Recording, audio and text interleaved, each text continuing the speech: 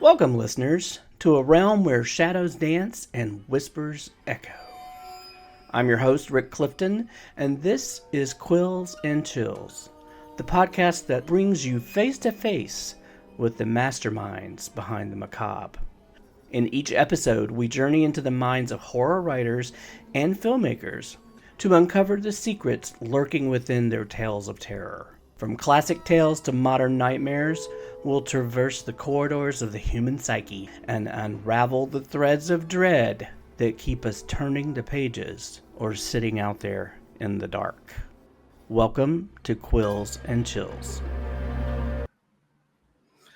Hello and welcome back to Quills and Chills. I'm your host, Rick Clifton, and today I am talking with best-selling author Paul Tremblay. Paul has won the Bram Stoker, British Fantasy, and Massachusetts Book Awards. He is also the author of so many books, but some of the ones that I really love are The Pallbearers Club, The Cabin at the End of the World, A Head Full of Ghosts, just to name a few. And today, Paul is here to talk about his latest book, Horror Movie. And may I just say, it's a damn good one. So welcome to the show, Paul. Thank you so much, Rick. That's very kind. I appreciate it. Well, before we get into this amazing book, Horror Movie, I'd love to just spend a couple minutes getting to know you a little bit. So I'm wondering, where did you grow up? And can you share a memorable experience from your childhood that you think helped shape your love for horror? Oh, man. Well, so I grew up in a town called Beverly in northern Massachusetts. It's right next to Salem. So we always had, the weird Salem thing. I say always had it, even like the high school in Salem, their mascot is the witches. And my father worked at the Parker Brothers toy factory in Salem. So I don't know, always, I feel like I was always around just sort of like the weird sort of gothic of Massachusetts. So I've been like a lifelong fan of horror forever. I guess my earliest sort of exposure to horror, that's a good way of thinking of it, was, Massachusetts, we had a program called Creature Double Feature on the weekends. I So love it's like that. a 7, 8, 9-year-old. The first movie was always a Godzilla movie, which is what was the draw for me initially. And the second movie was a horror movie that gave me nightmares. So yeah, that was sort of the start of my love terrified relationship with horror. That's awesome. So when you're not reading or writing horror, are there any other genres or activities that you enjoy?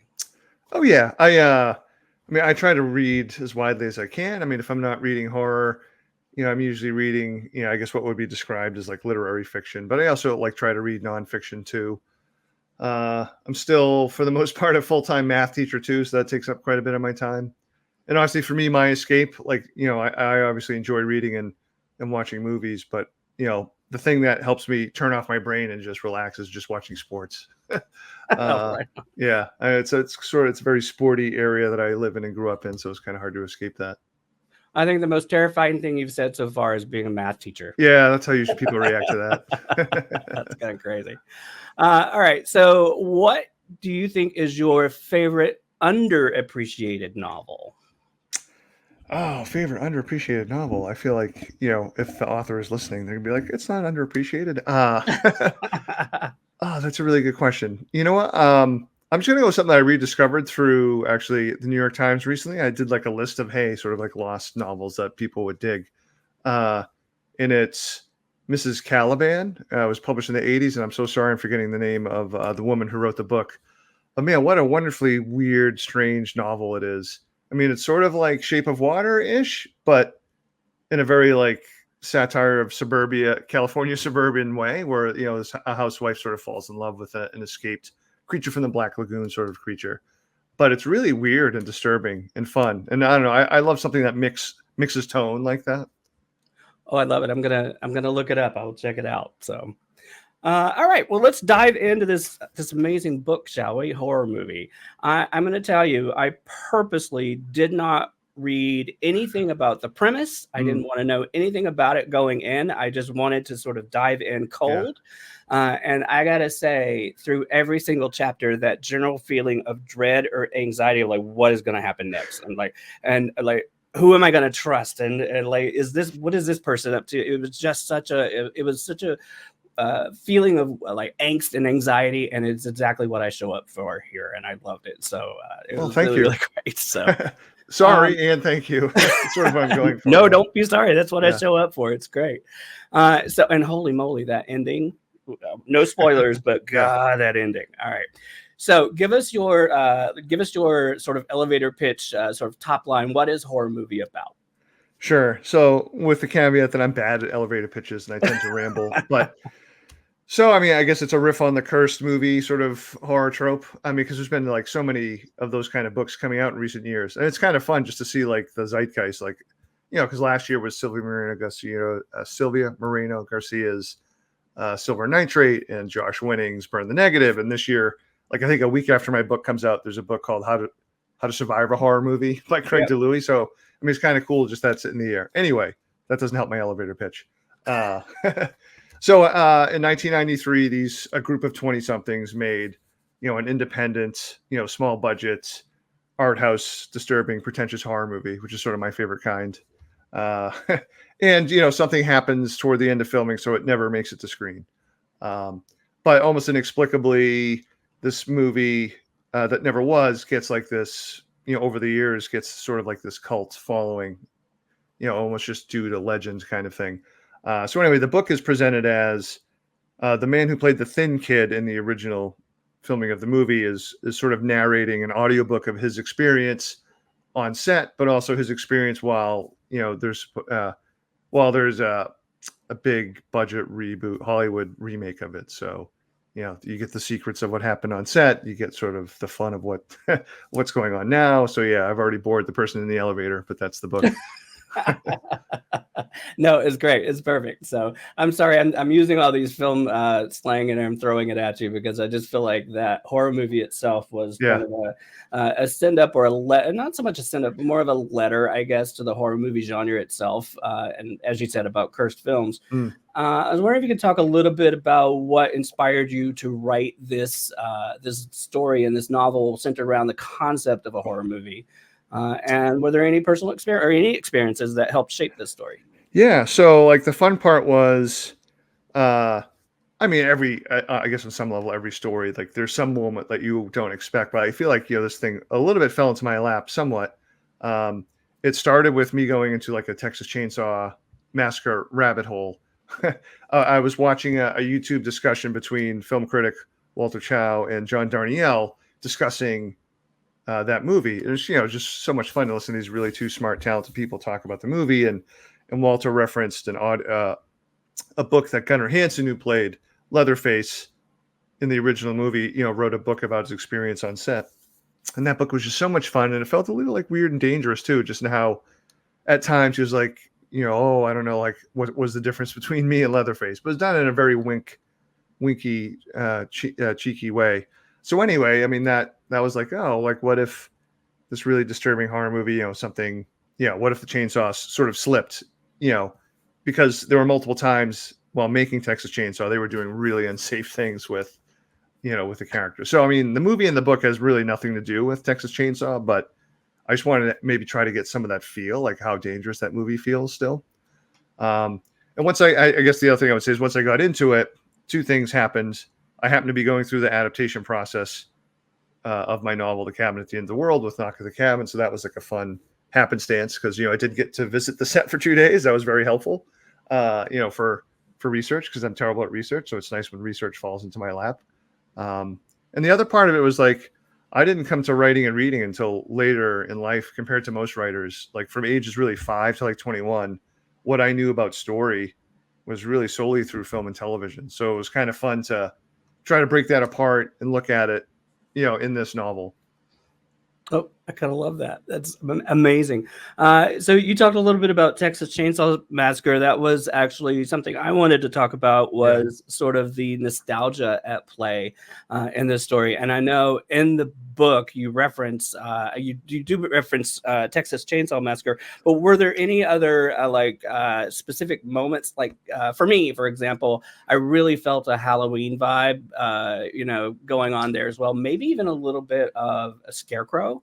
And so I was just wondering if there's if there were any other movies that were, the history of horror cinema itself that sort of reared its face here.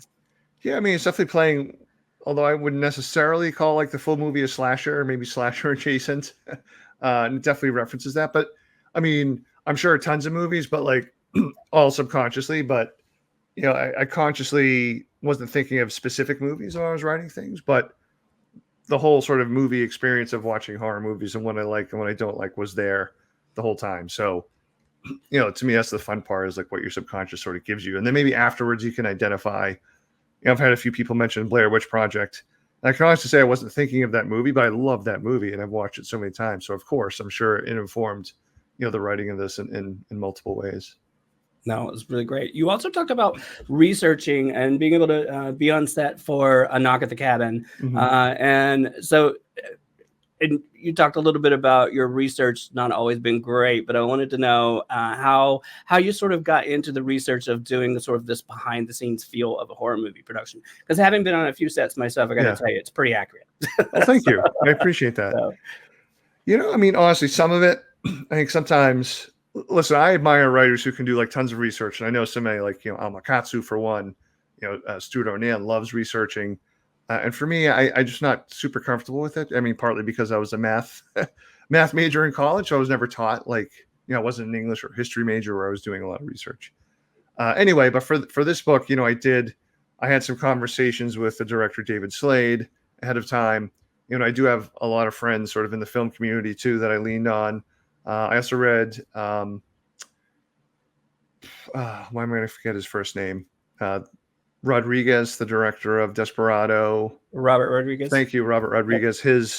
His book about like indie filmmaking, and just from that, it was more like I was less interested in like, hey, how did they set up and frame shots? But it was more just like the feel on set and things like that. And once I finished a draft, I had sent it to Natasha Kermani, Brea Grant. Both of them have directed and been in small films, and Alejandra Bruguez as well. So they were all super helpful in telling me what they thought in terms of like the on-set stuff. Well, I thought your actual setting of this story was really creepy. I loved it. And I kind of want to know what inspired that, and sort of how you chose to, you really use this to really dial up the tension and the creepy factor for me. And I thought that was great. So yeah, well, thanks. I don't know. That was just sort of like a fun happenstance where like the elementary school that I went to for a long time was abandoned. I never got to explore it, which is a bummer. I did go back into it within the last 10 years, but after, or right about when it was going to be turned into like condos. So I didn't get to see the old place. So I don't know. That was just like this memory palace that was there. And once I knew I was going to have these teenagers and, I knew what they were going to do and how they're going to treat the thin kid, I was like, okay, this felt like the perfect spot for it. No, it was great. It actually gave me some flashbacks myself to school and elementary school in particular. And I was like, oh, yeah. When you look back, and it actually leads me to my next question, because when you look back on that stuff and your perception of how things were change over time, and the thin kid talks about that a lot in the story about his memory and how it's evolved and how it's changed, and did this happen or did that happen, and this guy is truly the epitome of a method actor, right? But if you could talk a little bit about approaching those scenes with the character's perception of what's real and how that may have changed.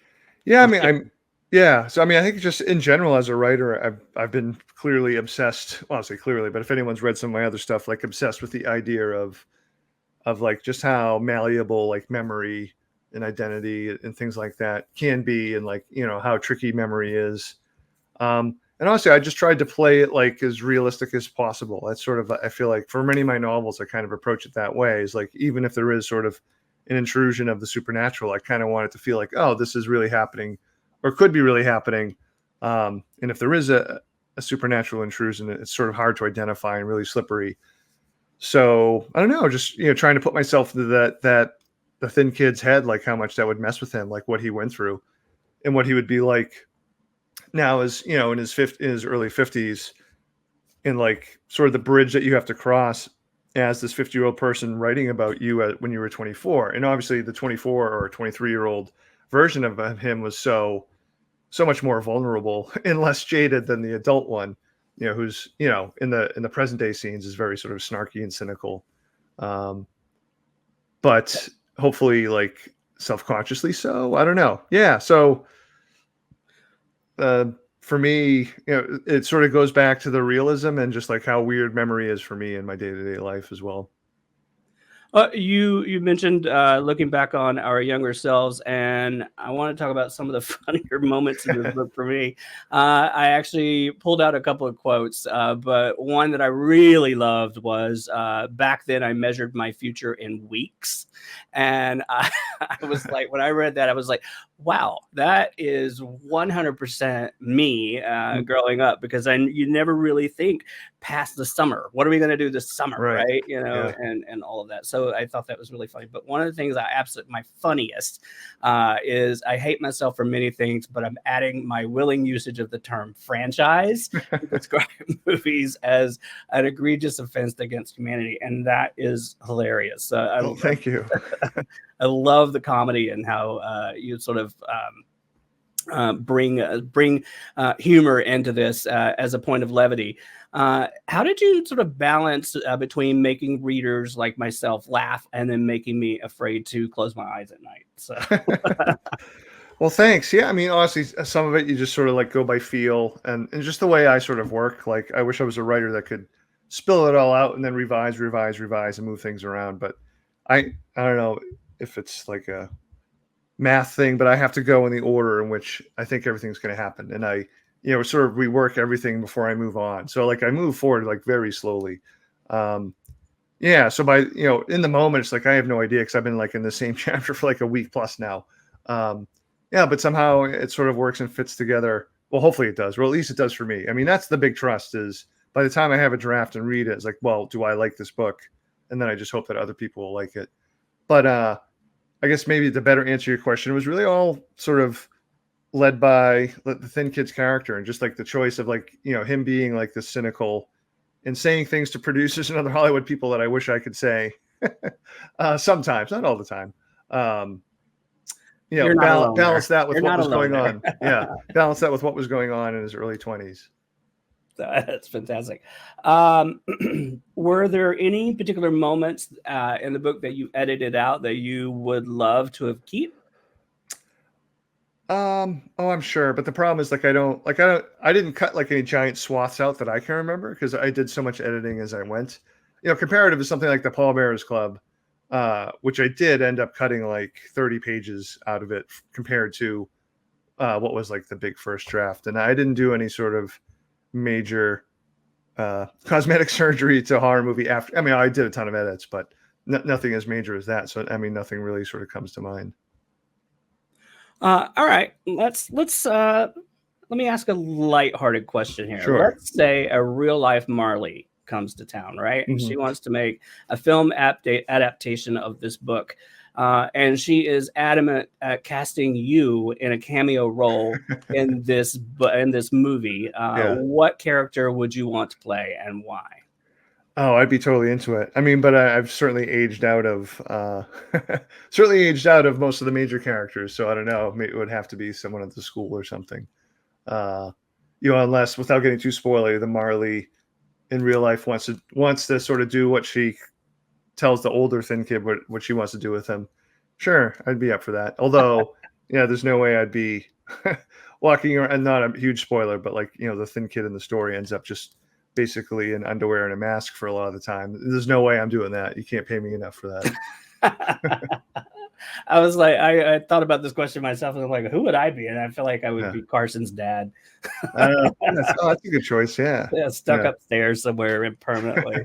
So I love that. Here's a fun question for you: if you could collaborate with any horror author, past or present, or live or dead, who would it be and why?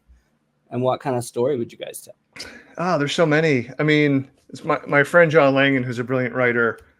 We've talked for years about, and someone ended up became part of this book. Like we talked for years about doing sort of a riff on the creature from the Black Lagoon and the suit itself.